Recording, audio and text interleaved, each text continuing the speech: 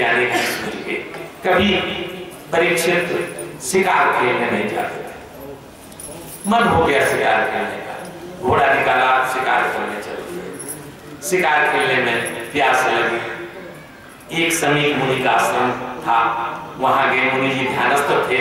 परीक्षित को अहम भाव हुआ, गले में बैठा हुआ सर पर, इसने मुझे देखा नहीं, प्रणाम नहीं किया, देखेंगे ढोंग बनाए है क्या? अच्छा महाराज मुझे पानी दे दो, मुझे प्यास लगी है। समीप जी ध्यानस्थ थे। परीक्षित का ये लगता है कि ढोंगी बाबा है, पास में मरा हुआ सर पर था, वो उनके गले में लपेट दिया और चले आए। बालकों ने जाकर के श्रृंगी बालक था छोटा सा समीप जी का, उसको बता दिया कि राजा आया था, तुम्हारे पिता के गले में सर्प डाल गया। वहीं उसने श्राप दे दिया, जल लेकर के नदी का। कह राजन, दूत राजन, तू क्या समझता है ब्राह्मणों में श्राप देने की क्षमता खत्म हो गई क्या? ये जो तूने मरा हुआ सर्प हमारे पिता के गले में डाला है ना, यही सर्प ठीक आज के 7वें दिन तक्षक बन के तुझे डस लेगा और तेरी मृत्यु। इधर जब परीक्षित अपने घर पे आए, जैसे मुकुट उतारा वैसे उनको लगा मैंने एक संत का अपमान कर दिया, प्रभु क्या होगा हमारा। तब तक श्राप की बात समीप जी ने सुनी। समीप ने अपने कुछ लोगों को भेजा कि जाओ राजा को बता दो।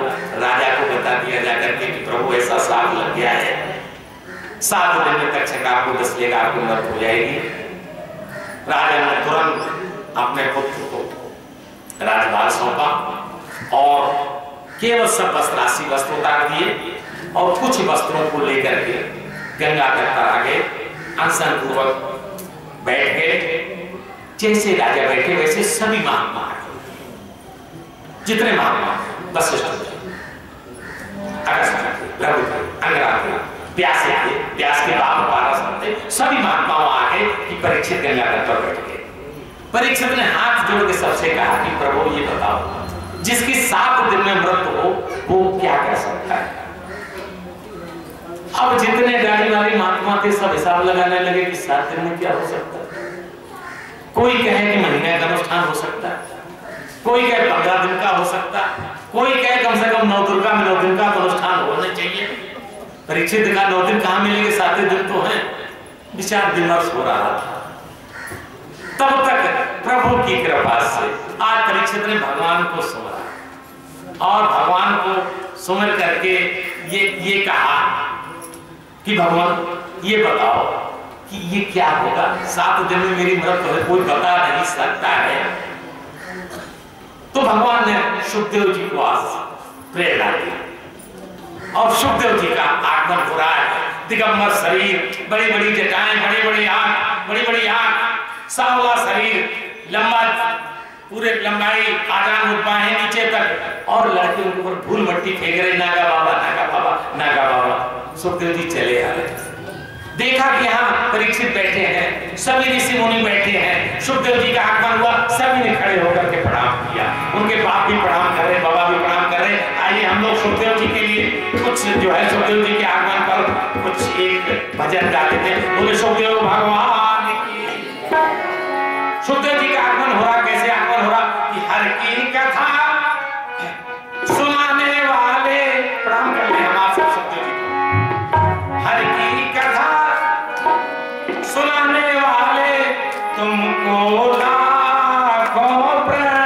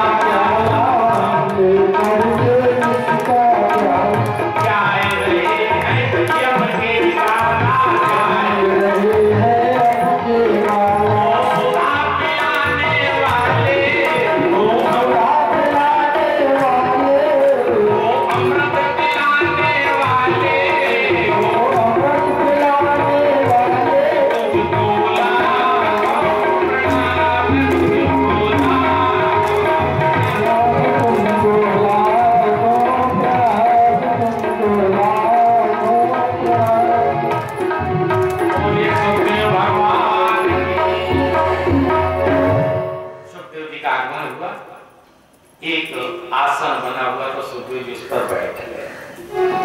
परीक्षित जी ने प्रणाम और बोले कौन परीक्षित, क्या बात है? परीक्षित कहने लगे, हे नाथ,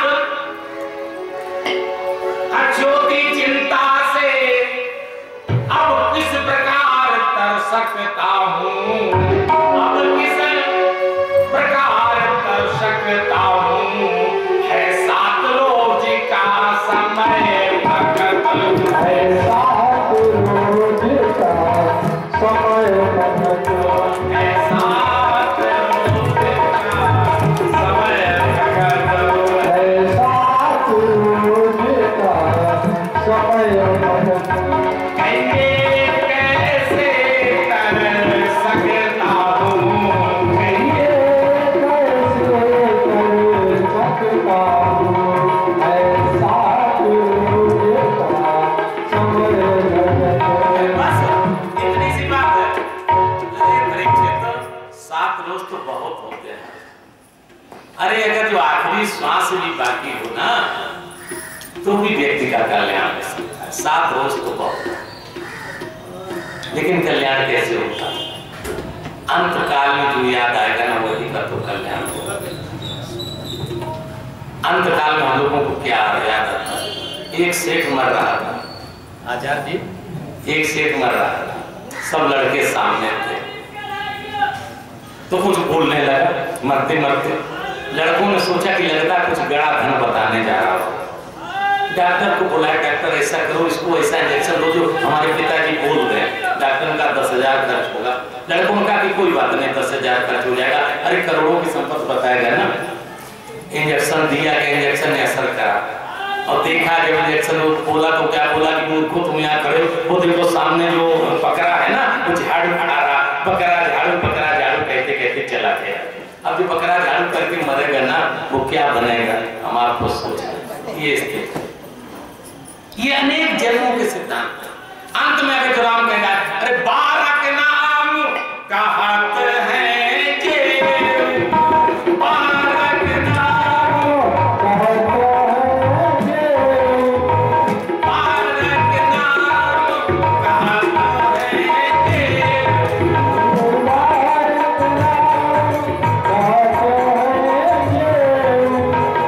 होते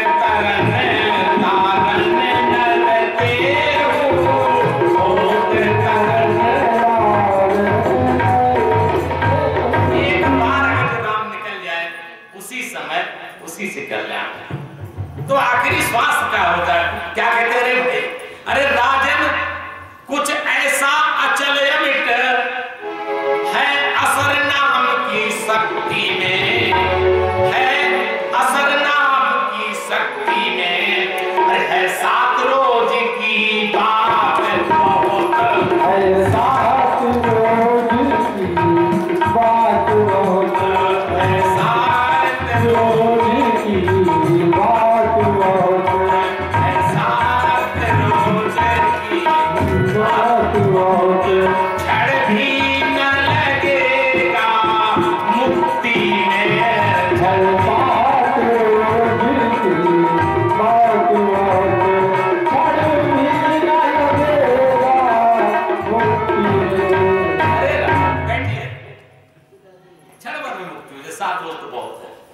भागवत कथा प्रारंभ होती है। सुखदेव जी महाराज परीक्षित को कथा सुना रहे हैं। देवताओं की उपासना के विभिन्न फल बताए, भगवत विमुख इंद्रियों का स्तवन बताया, षष्ठ के संबंध में जो विचार आए उसका वर्णन किया, विराट पुरुष के संबंध में सुखदेव जी ने बताया, विभूतियों के विषय में सुखदेव जी ने परीक्षित जी को बताया, भगवान के अवतारों के विषय में परीक्षित को बताया। और परीक्षित ने आज भगवान सुखदेव से 16 प्रश्न। परीक्षित बोले, ब्रह्मणा चेदोदितो ब्रह्मन् गुणाख्याने गुणस्य जन् तस्मै अस्मै यदा प्राह नारदो देव दर्शनाय। भगवान ने जो भगवान का गुणानुवाद है से मिलता है। इन सबके विषय में मुझे बताइए, कल महाकाल के बारे में बताइए, भूत भविष्य और वर्तमान की घटनाओं के बारे में बताइए, पृथ्वी पाताल दिशाओं के बारे में बताइए, महापुरुषों के बारे में बताइए, वर्णाश्रम के बारे में बताइए, वेद पुराण धर्मशास्त्रों के बारे में बताइए, जैसे भगवान की प्राप्ति सरल उसके बारे में बताइए, भगवान कृष्ण ने जो लीलाएं की हैं उसके बारे में बताइए। इस तरीके से 16 प्रश्न किए। भगवान नारायण ने ब्रह्मा को चतुश्लोकी भागवत का उपदेश दिया, इसका वर्णन हुआ। इसमें पहले श्लोक में चतुश्लोकी भागवत से ही आज प्रसंग पूर्ण कर लेते हैं। वही चतुश्लोकी श्लोक ब्रह्मा जी ने नारद को दिया, नारद जी ने व्यास जी को दिया। पहला श्लोक है, सुखदेव जी बोले, अहमेवा समेवाग्रे यान्यद यद सद सत परम, जो कुछ भी यहां दिखाई दे रहा है, पश्चात हम यदि तच्च योमशेत सोम्यहम्, जो कुछ पहले था सृष्टि से पहले वो भी मैं ही था। ये जो दिखाई दे रहा है ये मैं ही, और इसके बाद जो कुछ बचेगा वो मैं ही। पिछले भी मैं था, आगे भी मैं हूं, पीछे भी मैं हूं। देखिए सीधी सी बात है, हम लोग इस पूरे संसार को प्रभु में देख नहीं पाते, लेकिन बहुत सीधा सा सिद्धांत है। देखिए एक उदाहरण से बता देते हैं। जैसे गेहूं का बीज बोया गया, हमने बो दिया, जब बोया तब गेहूं, और जब पक गया तब गेहूं। तो जो बीच बीच में हरी हरी घास होती है ना, क्या वो गेहूं नहीं है? किसी से पूछो भैया ये क्या है, वो क्या बताएगा?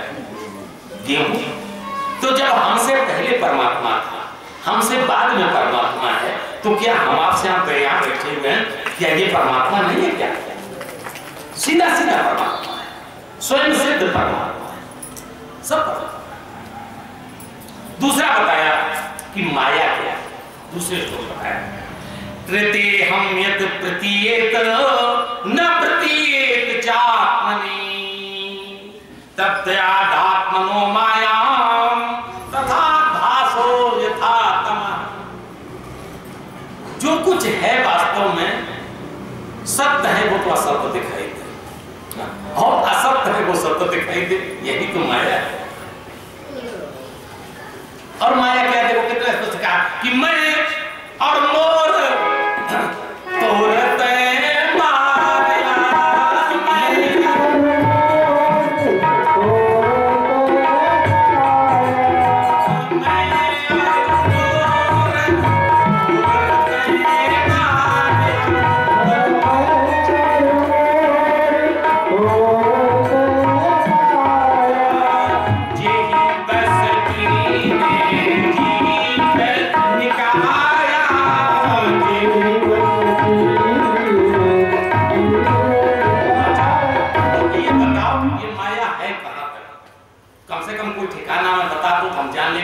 माया, उसके बाद माया नहीं। तो बड़ा स्पष्ट उत्तर दे रहे हैं कि गो गोचर जहां लगे मन जाए,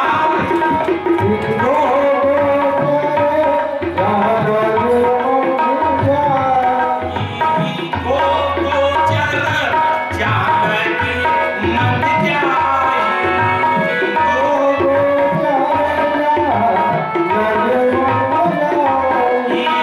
सो सब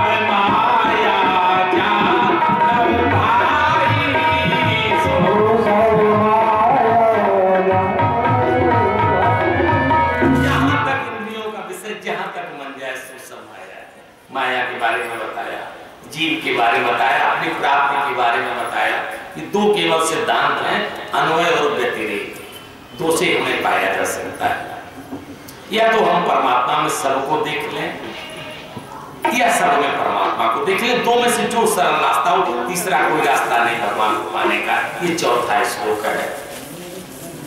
एक ही बात होती ना, यही तो चीज परशुराम जी ने राम से कही थी जब धनुष तोड़ा था। दो में से एक काम हो जाए, क्या हो जाए कि सो बिल गाओ अथवा बिहाय समाज सो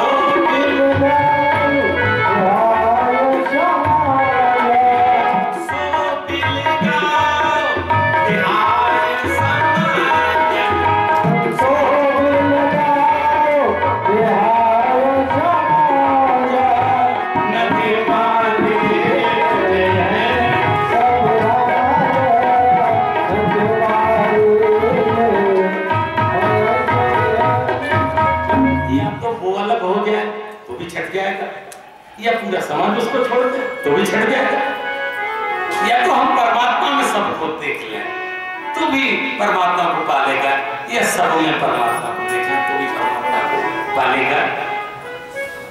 यहीं पर आज कथा को विराम देते हैं। कल आगे की कथाएं समय से 2 बजे प्रारंभ होगी और 6 बजे वैसे समय है, कोशिश करेंगे कि 6 बजे तक ये चलाई जाएगी। 10-15 मिनट के लिए वो है। राधे राधे राधे राधे राधे राधे राधे राधे राधे राधे राधे